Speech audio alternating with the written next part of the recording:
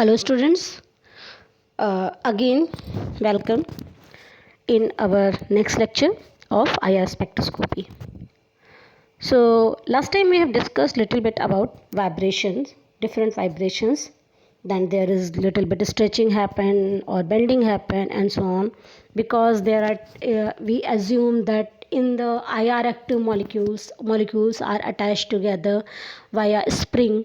So I think clear in your picture in your mind there is a clear picture कि अगर हम एक atom को लेते हैं और इस एटम को दूसरे एटम से अगर हम स्प्रिंग से बांध देते हैं, स्प्रिंग से अटैच कर देते हैं, अगर स्प्रिंग को खींचते हैं तो क्या होता है, किस तरह का होता है. तो वाइब्रेशन मोड्स को आज हम बात करने जा रहे हैं, फंडामेंटल मोड्स ऑफ वाइब्रेशन, और स्पेशली यहाँ पर हम बात कर रहे हैं A B two type molecule. ठीक है, AB2 टाइप मॉलिक्यूल्स की हम बात करने जा रहे हैं. AB2 टाइप आई से because this suppose this one is your A, this one is your A and these two are B. Okay, so this in AB2 type vibrations, two fundamental type of vibrations occur. First is the stretching and another is the bending. Just think, this is a atom, this is another atom, right? And this another atom is attached with this, both are attached with this one, right? And here this two are stretched, both are at the same direction. I'm going to change the color. And at here, so both are at the same direction, that's why it is termed as a symmetric stretching. But at here, one is at this side and another one is at this side. Direction is different, that's why it is termed as asymmetric stretching. So main two type stretching, one is the symmetrical stretching, another one is asymmetrical stretching. Okay, now I'm going to bending. Stretching is okay, not too much difficult, but in bending little bit difficult. What difficult is here? Just start your imagination, थोड़ा सा सोचिएगा. हमने क्या कहा, this is your central atom and this central atom are just moving in such a way that here this is rocking. Rocking is what? Rocking को समझने से पहले आप जरा सीजर के बारे में सोचिएगा. सीजर, कैची, व्हाट इट्स डू? कैची ऐसे चलती है, एक इधर एक इधर, ठीक है. और अगर दूसरा आ जाएगा उसमें तो ये चलेगी इधर और इधर, correct. This is known as scissoring.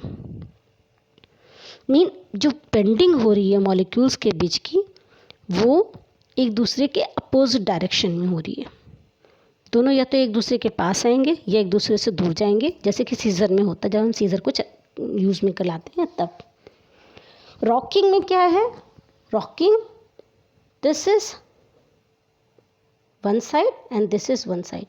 I'm going to repeat again. See here, this at here and this at here, दोनों ही ऐसे. मतलब अगर हम इसका मूवमेंट देखें तो हमको मूवमेंट दिखेगा बहुत ही क्लियर कि this one direction and this is at the same direction.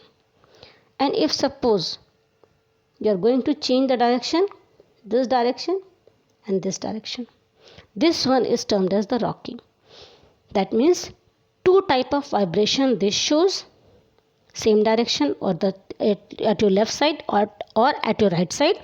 This is two type of vibrations in rocking. Two type of vibration is scissoring, correct. Now come to this another type, that is known as bending, wagging. Wagging is what? Just think, this is your central ball and these two are two balls. Imagine ये आपके centre की ball है और इससे attached जो दो balls हैं that's coming towards you. Got it? ये दोनों आपकी तरफ आ रही हैं. करेक्ट? जैसे मान लीजिए आपने वी शेप में अपनी फिंगर कर रखी हैं, वो दो वी शेप की जो फिंगर है उन फिंगर्स को आप दोनों को अपनी तरफ करिए, या तो अपनी तरफ करिए या अपने से दूर ले जाइए. That's why it is written here near and near. और सेकेंड ऑप्शन है कि आप इनको अपोजिट उसमें ले जाइए, far. This one is termed as wagging. Okay. Besides this, another one is twisting. Twisting जैसे आप वी शेप की अगर आप फिंगर बनाते हैं, वी शेप की फिंगर जिसमें ये वी शेप की फिंगर एक आप अपनी तरफ ला रहे हैं और एक आपसे दूर जा रही है. सिमिलरली फिर से आप एक को अपनी तरफ ला रहे हैं और ये दूसरी जो है आपकी दूर जा रही है. That is twisting. So overall here you get 8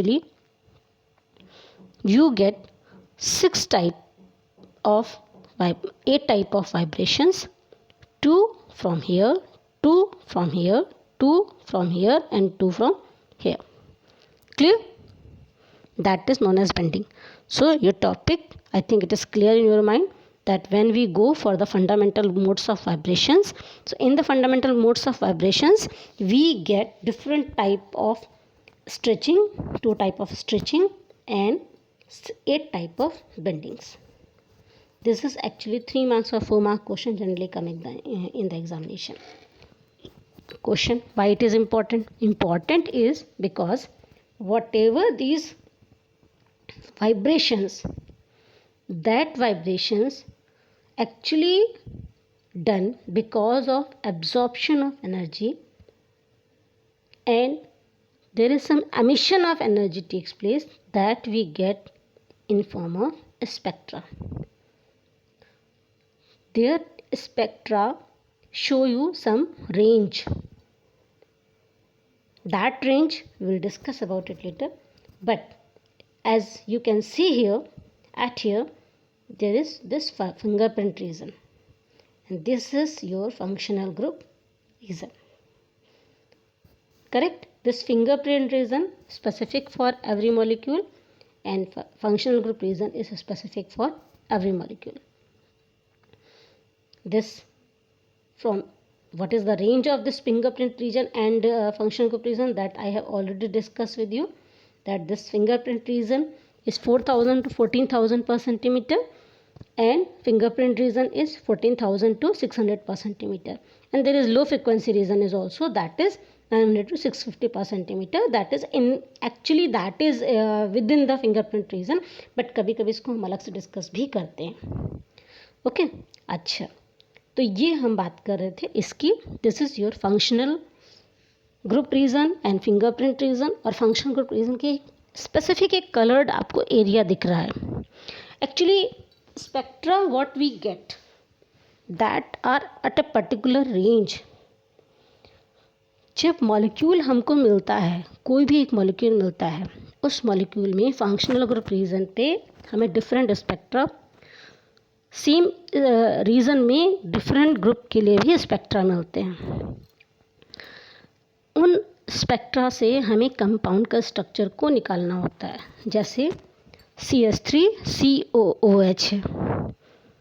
अब वहाँ पर CO की भी पीक होगी और OH की पीक भी होगी.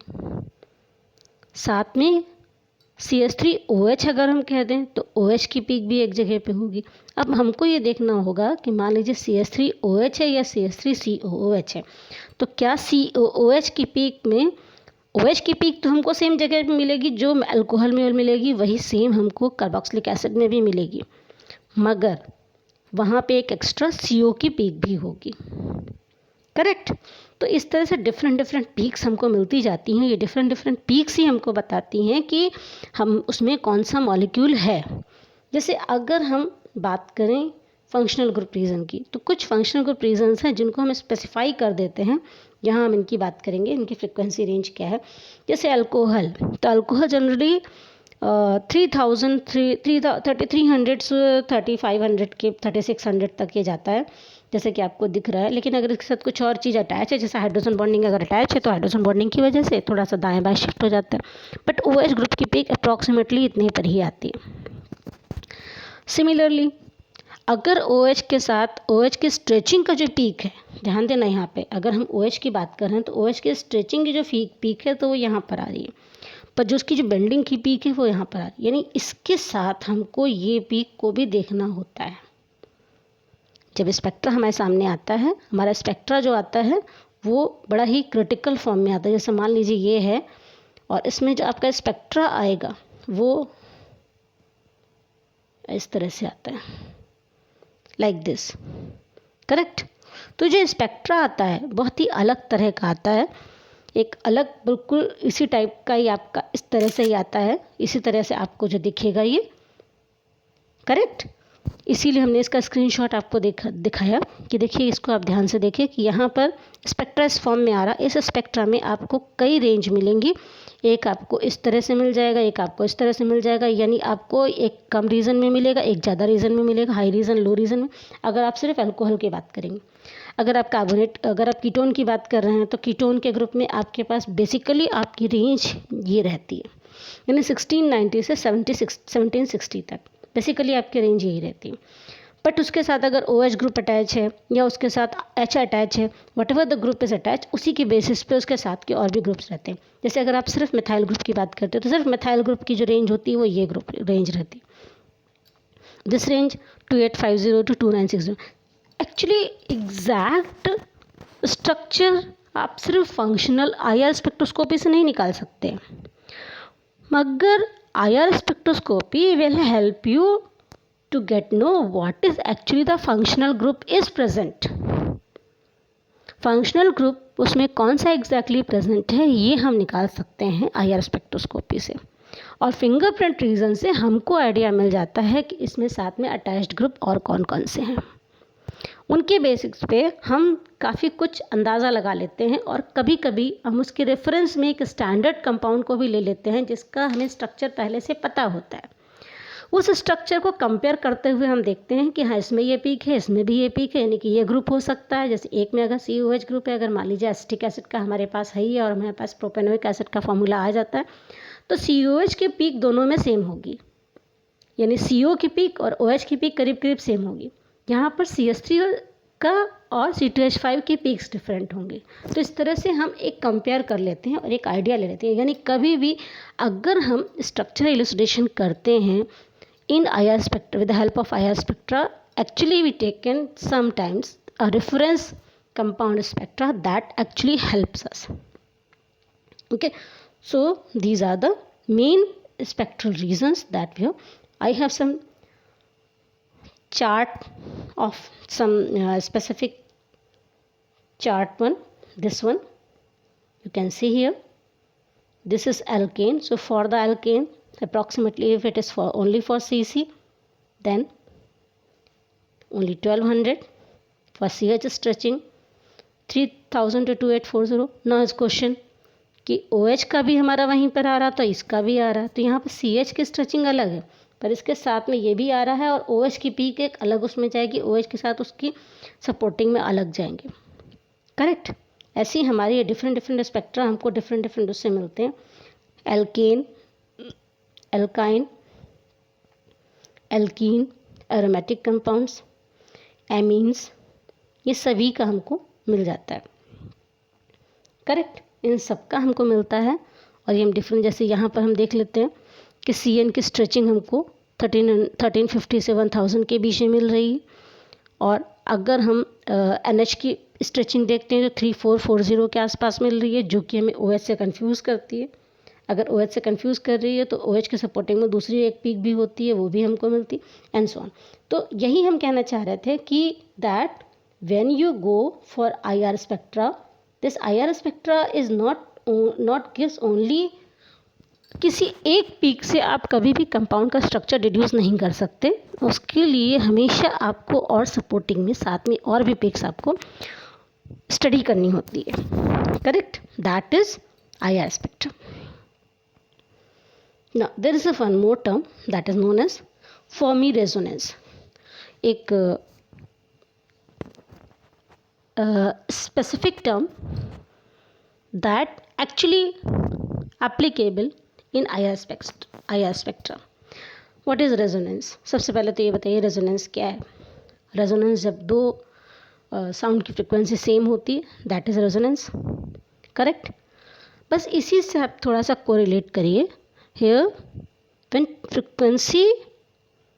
fundamental vibrations coupled with overtone or combination band, then whatever this coupling, overtone with fundamental vibration, that coupled vibration is Fermi resonance. मतलब जो फंडामेंटल वाइब्रेशन है और उस मॉलिक्यूल का जो ओवरटोन होगा या कॉम्बिनेशन बैंड जो होगा, जब उनकी कपलिंग हो जाती है तो उसको हम फर्मी रेजोनेंस कहते हैं. तो फर्मी रेजोनेंस दूसरे टर्म्स में हम कहें कि when molecule absorb IR radiation, then it transfer its energy और intensity from fundamental vibration to overtone. Then Fermi resonance is observed and intensity of overtone band is weak. Overtone band की intensity week होती है, but वहाँ पर एक strong band observe होता है क्योंकि इंटेंसिटी ट्रांसफ़र की गई है. और ये जो ट्रांसफ़र हुआ ये एक रेजोनेंस के फॉर्म में, transfer of energy from fundamental vibration. मतलब क्या हुआ कि इंटेंसिटी ऑफ ओवरटोन वीक होती है, लेकिन क्योंकि फंडामेंटल वाइब्रेशन से एनर्जी ट्रांसफ़र हो गई है इसलिए उसकी इंटेंसिटी ज़्यादा दिखती है.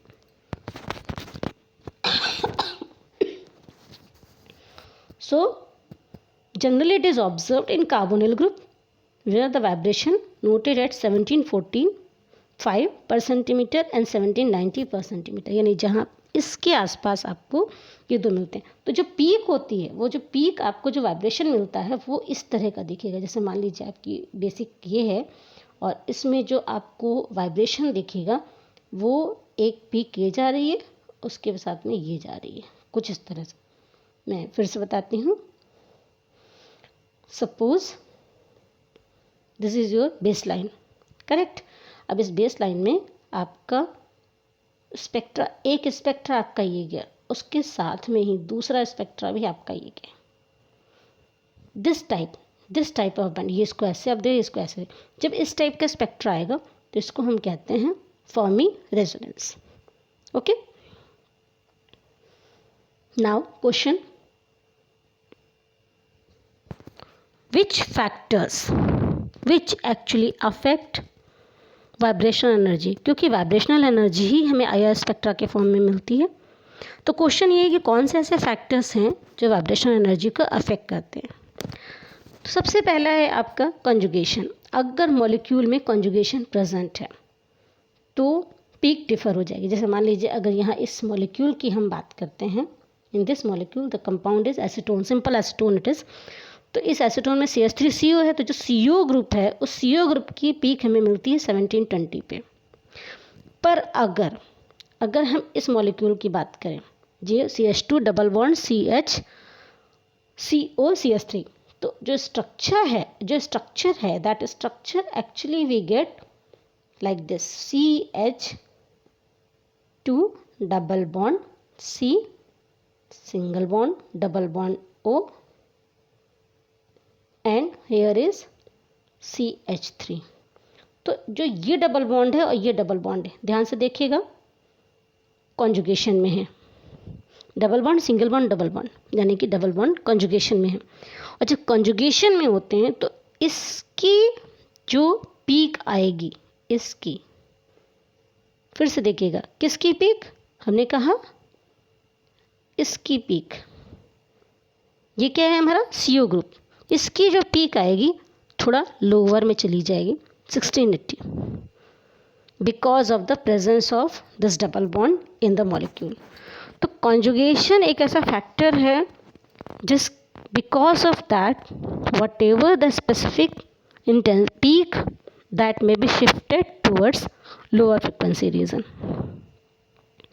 Second is the inductive effect.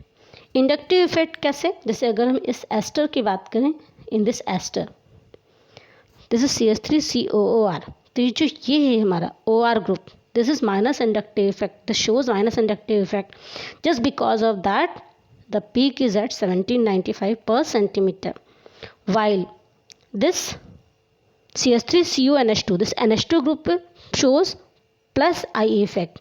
Because of the presence of plus I effect, the CO group shows the frequency at 1690 per centimeter. I repeat, if there is minus inductive effect in the molecule, then spectra shifted towards higher frequency region. If there is plus I effect, then frequency shows towards the lower frequency region. Correct? Next is hydrogen bonding. So this hydrogen bonding, if present in the molecule, because of the intermolecular hydrogen bonding, because of the intermolecular hydrogen bonding, the phenol show in pure form this one, 3, actually this is not 3400, it is 3400, it is approximately OH group, 3300 to 3400 is the peak for phenol OH. phenolic OH की peak जो आती है 3300 से 3400 के आसपास आती है। और अगर इसको हम वाटर में मिला, इसमें अगर फिनॉल में अगर हम वाटर मिक्स करें, तो अगर हम फिनॉल में वाटर मिक्स कर देते हैं तो क्या होता है, इट इज शिफ्टेड टू, कहाँ को शिफ्ट होगी, थोड़ा हायर फ्रिक्वेंसी रीजन में। सो जो 3400 पर सेंटीमीटर पीक है, नाउ इट शोज एट 3600 पर सेंटीमीटर। ओके, और अगर कोई ऐसा मॉलिक्यूल ले, जैसे यहाँ phenol is mixed with water, because of the water there is a hydrogen bonding occur between phenolic OH and H2OH, H2O molecule. So because of that there is a, I repeat, this is your phenol and it is form hydrogen bonding with H2O, this. So because of the hydrogen bonding, IR spectra shifted towards the higher region, and if there is a intramolecular bonding occur like methyl salicylate, methyl salicylate में जो OH group है, OH group की phenolic OH group की दूसरे CH3CHO के साथ एक hydrogen bonding बन जाती है। That hydrogen bonding actually found with in the molecule, methyl salicylate में ही वो मिलती है। Okay, and just because of that the peak shifted to the lower region 3200. Okay, so there are 3-4 main features. One is the conjugation, second is the inductive effect, and another is the hydrogen bonding. So, sometimes solvation effect also, solvation is also create the effect. Solvation mean अगर कभी हम उसमें solution बना देते हैं तो because of that whatever the spectra that become broaden because of the presence of H2 and so on. So इसको हम बोलते हैं solvation effect. उसकी वजह से भी आपकी जो पीक की इंटेंसिटी है वो उतनी इंटेंस नहीं रहती है और पीक हमारा स्पेक्ट्रा जो है थोड़ा ब्रॉडन हो जाता है। So these are the main specific factors which affect the vibration energy, and vibration energy अगर अफेक्ट हो रही है तो आपका स्पेक्ट्रा भी उसी हिसाब से आपको पीक्स देगा। Final last topic, that is applications of these IR spectroscopy. So this IR spectroscopy, जैसा कि हमने इस पूरे लेक्चर में आपसे बताया कि किसी भी एक अननोन कंपाउंड का स्ट्रक्चर को डिड्यूस करना है तो हम इसको कर सकते हैं। उसके लिए हम किसी नोन कंपाउंड के साथ स्ट्रक्चर को कंपेयर कर लेते हैं। Known compound, the IR spectra of known compound, compare, उसकी रिजेंबलेंस कर लेते हैं दोनों कंपाउंड का। किसी कंपाउंड के स्ट्रक्चर में कोई कन्फ्यूज़न होता है तो उसका स्ट्रक्चर डिटर्मिनेशन हो जाता है। फंक्शनल ग्रुप का हम आइडेंटिफिकेशन कर सकते हैं। अगर ज्योमेट्रिकल आइसोमर है तो geometrical isomer cis and trans form में होते हैं। उस सिस और ट्रांस की वजह से जो बॉन्डिंग होगी वो डिफर होगी, उसकी पीक्स अलग होंगी, इसलिए उनको भी हम डिस्टिंग्विश कर सकते हैं। सो distinguish between this cis and trans also we can distinguish inter and intramolecular hydrogen bonding. So up to this, I think now it is clear in your mind that what is IR spectroscopy, how it works, how it help for the uh, for the determination or elucidation of structure of a compound. Very important part of spectroscopy. Thank you.